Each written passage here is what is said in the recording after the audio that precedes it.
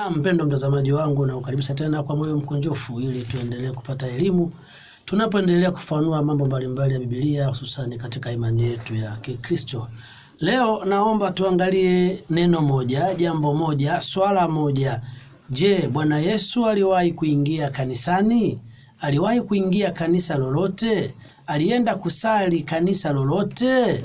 Hii ni hoja ambayo inaletwa na baadhi ya watu, wengine kwa nia njema ya kupenda kujifunza, wengine si kwa nia njema, kwa lengo la kuzofisha imani tulionayo. Jambo la kwanza, neno kanisa sio la Kiswahili. Neno kanisa asili yake ni Kiyunani au Kigiriki, eklesia. Neno hili kwa Kiswahili lina maana mbalimbali. Maana ya kwanza ya kanisa ni jumuiya ya watu waliomwamini Yesu Kristo. Maana nyingine ya kanisa ni jamii au kundi la watu ambao wamemwamini Yesu Kristo. Maana nyingine ya neno kanisa kwa Kiswahili ni mwili wa Kristo, yaani Yesu mwenyewe ni kanisa. Maana nyingine ya kanisa ni wateule, yaani watu walioteuliwa kwa ajili ya kuingia katika ufalme wa Mungu, wateule wa Bwana. Wale walioteuliwa ndio kanisa lenyewe. Maana ya mwisho ya kanisa ni jengo ambalo Wakristo wanafanyia ibada. Jengo ambalo Wakristo wanafanyia ibada. Ndio maana unaweza kusikia taarifa habari inasema waamini wa kanisa Katoliki wamekwenda kusaidia watoto yatima.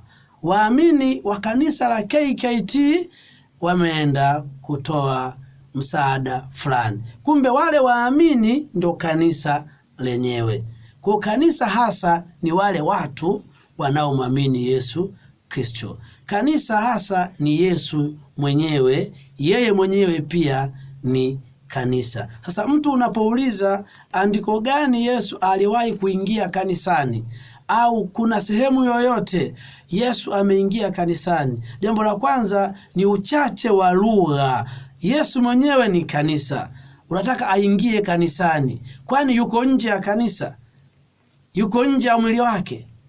Maandiko yapo mengi yanaelezea katika Waefeso, kwenye Kolosai kwamba mwili wa Kristo ndio kanisa lake. Lakini Yesu hakutuacha yatima. Alivyomwahidi Petro katika Mathayo sura ya 16 kuanzia aya 13 hadi 18, alimwambia, wewe ndiwe Petro, na juu ya mwamba huu nitalijenga kanisa langu. Kwa imani ya Wakristo ilianzia hapo.